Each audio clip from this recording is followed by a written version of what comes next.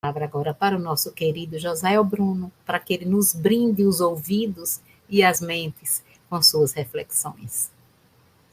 Muito bem, vamos conversar sobre o artigo Necessitados Difíceis do benfeitor Emmanuel, nessa obra que tem sido a nossa referência, Evangelho de Emmanuel, né? Evangelho de Mateus por Emmanuel,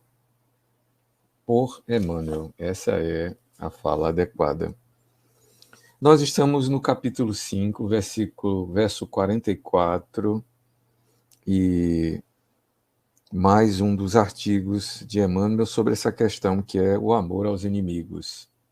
Essa questão que é, sem dúvida, o grande salto, a grande contribuição que o judeu Jesus de Nazaré, nos trouxe e que serve de base para todos nós que resolvemos segui-lo, que resolvemos tomá-lo por modelo e guia, nós espíritas cristãos, os evangélicos, aqueles que entenderam a mensagem ética do Cristo e que incorporaram no seu dia a dia como atitude a ser vivida, né? E o grande salto, a grande diferenciação que, na verdade, o Cristo nos traz, reside desse ponto em diante, né? Amar ao próximo como a si mesmo, amar até os inimigos, orar por aqueles que vos perseguem e vos caluniam. E nesses artigos nós temos percebido que Emmanuel busca nos reposicionar em relação a essa ideia dos inimigos, né? Os inimigos são para nós uma referência importante. A gente falava agora há pouco, meio que na brincadeira, a Helenóia, a semana passada, ficou adoentada, né? E eu estou com a minha unha faltando aqui no polegar da mão direita. Por uma dessas coisas da vida, eu acertei a porta, eu mesmo fiz isso comigo, acertei a porta do meu carro no meu polegar. Eu nem sei exatamente como aconteceu, mas a unha não servia mais, né? Ficou muito danificada. E depois de passar o fim de semana sentindo dores, tomando medicação, eu resolvi procurar o médico hoje. E o doutor Rafael disse: olha, você pode deixar que ela caia sozinha. Você pode arrancar porque ela não vai servir mais, ela vai realmente cair, ela não presta mais. Então, essa parte do seu corpo já desencarnou, digamos assim. Vamos tirá-la daqui, né? E eu resolvi fazer isso hoje. Ele aplicou anestesia e extraiu, essa é a palavra. Doeu pra caramba, apesar da anestesia. E eu estou aqui com a unha a menos. Outra já está se formando por baixo, né? E o que a gente dizia? Estou valorizando a minha dor? Não, é só contando. Assim como ela ficou adoentada, assim como outros ficam, essa é uma condição do corpo físico, né? É uma condição do nosso planeta, é uma condição da nossa condição de encarnados, né? Ninguém vai ficar aqui para semente, ninguém vai viver para sempre. E aos poucos a gente vai desencarnando, os olhos já estão desencarnando, os dentes, uma parte já se foram, outras partes do corpo já mudaram de tonalidade, né? As juntas já não são mais as mesmas, né? O pâncreas, preciso tomar medicação para o diabetes para que compense a disfunção ou a baixa função. Então, todos nós passamos pelas transformações da vida e vamos um dia nos convidar a abandonar o corpo físico, e esse personagem fica, né? Essa é a condição da vida aqui nesse planeta. Talvez no futuro, num planeta menos denso, a gente não precise de tantas dores, né?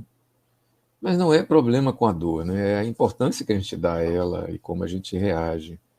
Creio que esse é o aspecto que é mais importante, né? Tem um amigo muito querido que já fez a passagem, que dizia que viver nesse planeta é fogo, né? Planeta de expiações e provas não é fácil de viver, mas se vive e se aprende muito aqui, né? E de cada oportunidade vamos tirando lições para o engrandecimento do espírito imortal que habita temporariamente esse personagem e que um dia vai ter que deixá-lo. Muito bem, 544, né?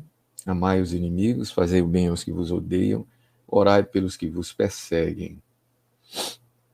Hoje estamos com a mensagem Momentos Necessitados Difíceis, publicado em Opinião Espírita da editora Boa Nova, no capítulo 36. E nos diz o benfeitor: em muitas circunstâncias na Terra, interpretamos as horas escuras como sendo unicamente aquelas em que a aflição nos atanasa a existência, em forma de tristeza, abandono, enfermidade, privação. Muitas vezes interpretamos como sendo momentos de aflição, né? As horas escuras. O espírita, porém, sabe que subsistem outras, piores talvez. Não ignora que aparecem dias mascarados de felicidade aparente, em que o sentimento anestesiado pela ilusão se rende à sombra. Tempos em que os companheiros enganados se julgam certos. Ocasiões em que os irmãos saciados de reconforto sentem fome de luz e não sabem disso. Nem sempre estarão eles na berlinda, guindados à evidência pública ou social, sob sentenças exprobatórias ou incenso louvar-ningueiro da multidão. Opa, umas palavras aqui difíceis, utilizadas pelo benfeitor. Louvar-minheiro. Nossa, né? Aquele momento que a pessoa é colocada e é louvada, né? Curioso isso. Às vezes, reteiam conosco em casa ou na vizinhança, no trabalho ou no estudo, no roteiro ou no ideal. O espírita consciente reconhece que são eles os necessitados difíceis nas horas escuras.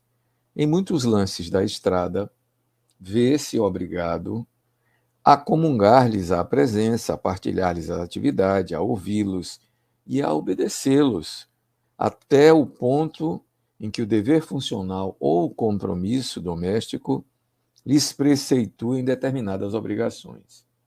Olha só. Entretanto, observa que para lhe ser útil, não será lícito efetivamente aplaudi-los, à maneira de caçador que finge ternura frente à presa, a fim de esmagá-la com mais segurança. Como, porém, exercer a solidariedade diante deles? Perguntarás, como menosprezar-lhes se carecem de apoio? Vamos entender melhor, tá? Apesar do palavreado difícil, o que o benfeitor está querendo nos trazer é, muitas vezes você está cercado de pessoas equivocadas, né? Pessoas que podem estar trabalhando ao seu lado, pessoas com problemas, pessoas com ideias conturbadas, com ideias equivocadas. Como lidar com elas, né? Nem sempre é fácil assim, né? É preciso que não finja uma atitude diante delas, como um caçador que pretende esmagar a presa com mais segurança. Como então ser solidário diante delas? Como menosprezá-las se carecem de apoio? E já elimina aqui que não deve menosprezar essas pessoas. Eu tenho lidado com um que insiste em estar me mandando mensagens de ódio todos os dias, não contra mim, né? Mas ele passa horas por dia me mandando mais de 20, 25 mensagens de um teor ácido, né? De um teor difícil. Eu as deleto sistematicamente. Você vê que tem ali muito fake, muita mentira. Aliás, é quase só mentira. E falando em assassinato, em morte, se referindo a um determinado grupo político. Eu acolho e oro por ele, eu oro incluir nas minhas orações diárias, porque eu creio que a pessoa está adoentada. E sempre respondo mandando para eles as atividades do Renovando Consciência. É para ver se ele assiste. Às vezes ele me agradece, outras vezes ele fica revoltado. Pois é, precisamos, no entanto, verificar em que muitos requisitos do concurso real socorre sem socorrer não será sorrir. Vamos repetir. Precisamos, no entanto, verificar que em muitos requisitos do concurso real Socorrer não será sorrir. Todos conseguimos doar cooperação fraternal aos necessitados difíceis das horas escuras, é assim que ele está chamando. Necessitados difíceis nas horas escuras, seja silenciando ou clareando situações, nas medidas do entendimento evangélico, sem destruir-lhes a possibilidade de aprender, crescer, melhorar e servir, aproveitando os talentos da vida no encargo que desempenham e na tarefa que o Mestre confiou. Mesmo quando se façam adversários gratuitos, podemos auxiliá-los. Jesus não nos recomendou festejar os que nos apedrejam a consciência tranquila e nem nos ensinou a arrasá-los. Olha aí. Mas, ciente de que não nos é possível concordar com eles e nem tampouco odiá-los, exortou claramente: amai os vossos inimigos, orai pelos que vos perseguem e caluniam. É assim que todos os necessitados difíceis das horas escuras, aos quais não nos é facultado estender os braços de pronto, podemos amar em espírito, amparando-lhes o caminho através da oração.